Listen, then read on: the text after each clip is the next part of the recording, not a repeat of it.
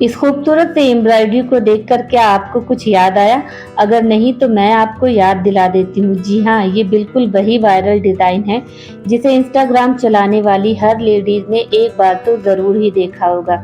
क्योंकि ये design Instagram पर इतना ज़्यादा वायरल है ना कि जितने भी सूट लवर्स हैं, हर कोई इसका फ़ैन ही हो गया है। तो अस्सलाम वालेकुम एवरीवन, मैं हूँ आयशा और आज मैं आप सबके साथ इस वायरल डिज़ाइन के एम्ब्रॉयडरी पैटर्न को स्टेप बाय स्टेप शेयर करने वाली हूँ। तो बिना देर किए बिस्मिल्लाह करते हैं। सबसे पहले मैंने अपनी मेजरमेंट के अकॉर्डिंग कुर्ती के फ्रंट पार्ट को बाकी के फैब्रिक से कट करके अलग कर लिया है और फिर उस फैब्रिक को सेंटर से फोल्ड करके प्रेस से एक क्रीज लाइन बना ली है। इसके बाद मैंने नेक बेस बनाकर रेडी कर लिया है।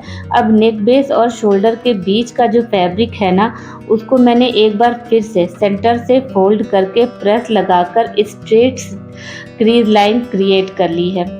यहाँ पर मैंने कपड़े को वापस से डबल फोल्ड कर लिया है और जो नेक और शोल्डर के बीच में हमने एक स्ट्रेट क्रीज लाइन क्रिएट की थी ना, उस पर हमें दामन से लेकर शोल्डर तक 5-5 इंच के गैप पर अच्छे से मार्किंग कर लेनी है।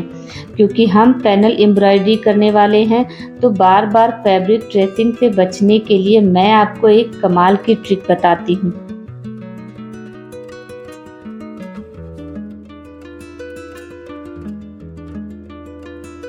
हम कपड़े के नीचे की साइड पर और ऊपर की साइड पर दोनों पर एक ही बार में कार्बन पेपर सेट कर देंगे। इससे बेनिफिट ये होगा कि सिर्फ एक बार ही ट्रेस करने पर हमारे दोनों पैनल्स पर डिज़ाइन एकदम बराबर और परफेक्टली छप जाएगा। तो बस जहाँ जहाँ पर हमने 5-5 इंच का गैप दिया था वहाँ इस सर्कल को रख कर हम मार्किंग करते जाएंगे और पूरे पैनल पर एक एक करके हमें इसी तरह से ये सर्कल क्रिएट कर लेना है। और इस सिंपल सी ट्रिक के साथ हमारे दोनों पैनल्स की मार्किंग एक ही बार में कितनी फिनिशिंग के साथ कंप्लीट हो गई है। और अब बारी है एम्ब्रॉयडरी शुरू करने की, जिसके लिए मैं यूज़ कर रही हूँ लकड़ी का ये छोटा सा फ्रेम। दिखने में इसकी कंडीशन थोड़ी सी पुरानी ज़रूर लग रही होगी क्योंकि ये मेरी शादी से पहले का फ्रेम है और अल्हम्दुलिल्लाह आज तक मैंने इसे बहुत संभाल कर रखा हुआ है। साथ में मैं ले रही हूँ मैरून कलर के रेशम की लच्छियाँ और ये बड़ी वाली सुई। सबसे पहले हम फ्रेम पर कपड़े को अच्छी तरह से सेट कर लेंगे।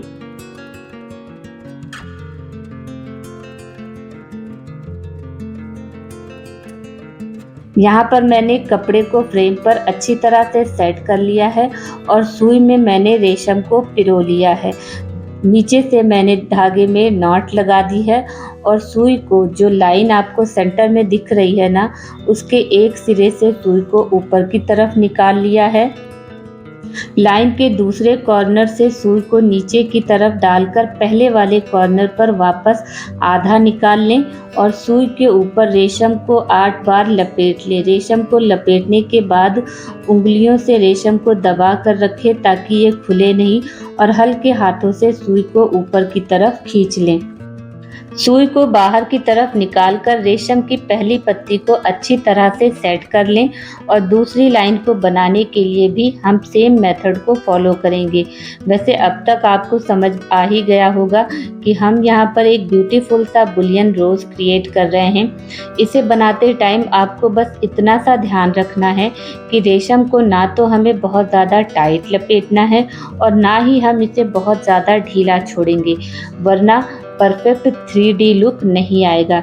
शुरुआत में मैंने इसे सुई के ऊपर 8 बार लपेटा था, लेकिन आप इस बात का ध्यान रखिएगा जैसे जैसे फ्लावर का साइज़ बड़ा होता जाएगा और हम बड़ी पंखुड़ियाँ बनाएंगे तो हमें रेशम लपेटने की गिनती को भी बढ़ाना होगा। जैसे शुरुआत में हमने 8 बार सुई के ऊपर रेशम को लपेटा था, उसके बाद जब थोड़ी पत्तियों का साइज़ बड़ा हुआ तो मैंने लपेटने की गिनती को 12 बार कर दिया था और इससे ऊपर की पत्तियां जब हम क्रिएट करेंगे तो 15 या फिर 17 बार इसे हम सुई के ऊपर लपेटेंगे ताकि फ्लावर ना बिल्कुल फिनिशिंग के साथ कंप्लीट हो। वैसे अगर आपको भी मेरी तरह से कम बजट में ट्रेंडिंग एम्ब्रॉयडरी वाली ड्रेसेस पहनना अच्छा लगता है ना, तो इस वीडियो को लाइक और चैनल को सब्सक्राइब करना तो बिल्कुल भी मत भूलना, नहीं तो बाद में वीडियो कहीं गुम जाएगी और आप वीडियो को ढूंढते रह जाएंगे। तो बिना देर किए वीडियो को लाइक और चैनल को सब्सक्राइब फटाफट से कर लीजिए। और देखिए यहाँ पर लगभग मेरा फ्लावर बनकर कंप्लीट हो चुका है। बस आपको थोड़ा सा पेशेंस रखना है और सेम मेथड को फॉलो करना है, क्योंकि किसी भी काम को परफेक्ट तरीके से करने के लिए ना प्रैक्टिस की ज़रूरत होती है। और मैंने इस फ्लावर को इतनी बार बनाया है कि मैं अगर आंखें बंद करके भी बनाऊँ ना तो बिल्कुल परफेक्ट तरीके से फ्लावर बनकर कंप्लीट हो जाता है। यहाँ पर मैंने एक फ्लावर बनाकर कंप्लीट कर लिया है और अब पूरे पैनल पर हमने जहाँ-जहाँ भी फ्लावर बनाने के लिए मार्किंग की थी, उन सभी पर हमने सेम मेथड और बिल्कुल परफेक्ट फिनिशिंग के साथ फ्लावर बनाकर तैयार कर लेने हैं। और यहाँ पर हमारी दोनों साइड का पैनल रेडी हो चुका है।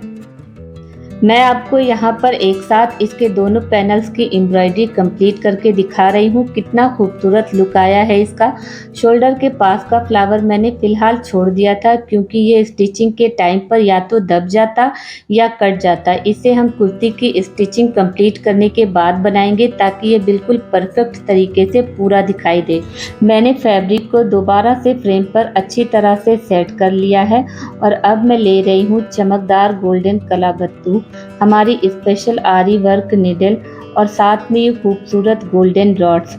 सबसे पहले मैंने कलाबत्तू में नॉट लगा ली है, इसके बाद आरी निडल में इन गोल्डन डॉट्स को फिल कर लिया है।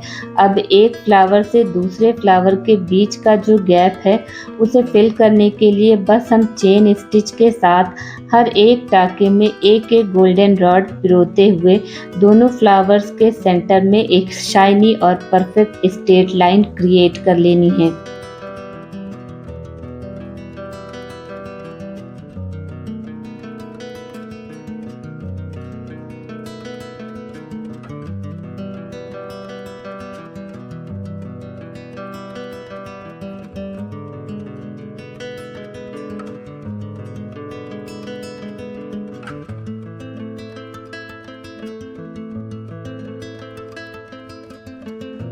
और यहाँ पर हमारी लाइन बनकर कंप्लीट हो चुकी है।